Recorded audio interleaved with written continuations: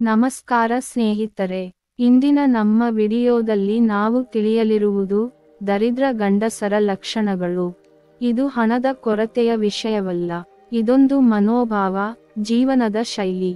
ಇಂತಹ ಲಕ್ಷಣಗಳು ಇರುವುದು ತಾವು ಬಯಸದೆ ದರಿದ್ರತೆಯನ್ನು ಆಕರ್ಷಿಸುವಂತಾಗುತ್ತದೆ. ಆದುದರಿಂದ ಇಂತಹ ಅಭ್ಯಾಸಗಳನ್ನು ತಡೆಯುವುದು ಬಹಳ ಮುಖ್ಯ. ಹಾಗಾದರೆ ಈ ಲಕ್ಷಣಗಳೇನು? ಒಮ್ಮೆ ನೋಡೋಣ. ಸದಾ ಇತರರನ್ನು ದೂರಿಸಲು ಬಯಸುವವರು. ಇವರು ಯಾವಾಗಲೂ ನಾನಿಲ್ಲದಕ್ಕೆ ಅವನು ಕಾರಣ, ಅವನಿಂದ ನನಗೆ ಏನು ಲಾಭವಾಯಿತೋ ಅಂತ ಅನುವಾದಿಸುತ್ತಿರುತ್ತಾರೆ. ಸೋಮಾರಿತನ. ಏನೇ ಕೆಲಸ ಮಾಡ್ಬೇಕಾದ್ರೂ ನಾಳೆ ಮಾಡ್ತೀನಿ ಅಂತ ಹೋಗ್ತಾರೆ. ಇಡೀ ಜೀವನವನ್ನು ನಾಳೆ ಅಂತಲೇ ಕಳೆಯುತ್ತಾರೆ. ಸಮಯಕ್ಕೆ ಮೌಲ್ಯ ಕೊಡುವುದಿಲ್ಲ. ಸಮಯ ನಷ್ಟ ಮಾಡಿದವನಿಗೆ ಹಣ ಬಾರದಂತೆ, ನಿಜವಾದ ಬಡತನ ಸಮಯವನ್ನು ವಿಫಲ ಮಾಡಿದವರಿಗೆ. ಧರ್ಮದಿಂದ ದೂರವಾದವರು. ದೇವರ ನಂಬಿಕೆಯಿಲ್ಲದೆ, ಪ್ರಾರ್ಥನೆ ಇಲ್ಲದೆ ಬದುಕು ನಿರ್ಗತಿಕವಾಗುತ್ತದೆ. ಹೆಂಡತಿಯನ್ನು ಗೌರವಿಸದವರು. ಒಬ್ಬ ಗಂಡನು ತನ್ನ ಹೆಂಡತಿಗೆ ಗೌರವ ಕೊಡದೇ ಇದ್ದರೆ ಮನೆಯ ಶ್ರೀಲಕ್ಷ್ಮಿ ದೂರವಾಗಿ ಬಿಡುತ್ತಾಳೆ. ಇಷ್ಟ ಮಾಡದೆ ಕೆಲಸ ಮಾಡುವವರು.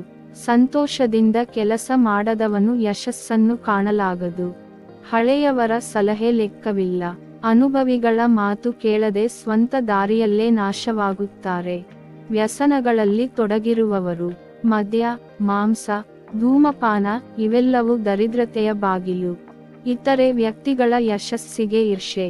ಮತ್ತೊಬ್ಬನು ಮುನ್ನಡೆಯುತ್ತಿರುವುದನ್ನು ನೋಡಿ ಈರ್ಷೆ ಪಡುವುದು ತನ್ನ ಪ್ರಗತಿಗೆ ತಡೆಯಾಗುತ್ತದೆ. ದಿನವಿಡೀ ಪಿಚ್ಚು ಕನಸುಗಳು. ಕೆಲಸವಿಲ್ಲ, ಆದರೆ ಕೋಟಿ ಕನಸುಗಳು. ಅದು ವ್ಯರ್ಥ. ಕೋಪದೃಷ್ಟಿ. ಅಳವಡಿಕೆಯಾಗದ ಕೋಪ ಕುಟುಂಬ, ಸ್ನೇಹ, ಸಂಪತ್ತು ಎಲ್ಲವನ್ನೂ ನಾಶ ಮಾಡುತ್ತದೆ. ನುಡಿಯ ಸರಳತೆ ಇಲ್ಲದವರು. ಹೆಮ್ಮೆಯ ಮಾತು, ಬೈಗುಳ, ಅಪಮಾನ ಇವೆಲ್ಲವನ್ನೂ ಹಣದ ದ್ವಾರ ಮುಚ್ಚುವಂತೆ ಮಾಡುತ್ತದೆ. ತನ್ಮಯತೆ ಇಲ್ಲದೆ ದುಡಿಯುವವರು. ಮನಸ್ಸು ಒಂದು ಕಡೆ, ಕೆಲಸ ಇನ್ನೊಂದು ಕಡೆ ಇದ್ದರೆ ಸಂಪತ್ತು ಬರುವುದಿಲ್ಲ. ಜವಾಬ್ದಾರಿ ತಪ್ಪುವವರು. ತಾನು ಮಾಡಿದ ತಪ್ಪಿಗೂ ಹೊಣೆ ಹೊತ್ತುಕೊಳ್ಳದವರು ದರಿದ್ರರಾಗುತ್ತಾರೆ.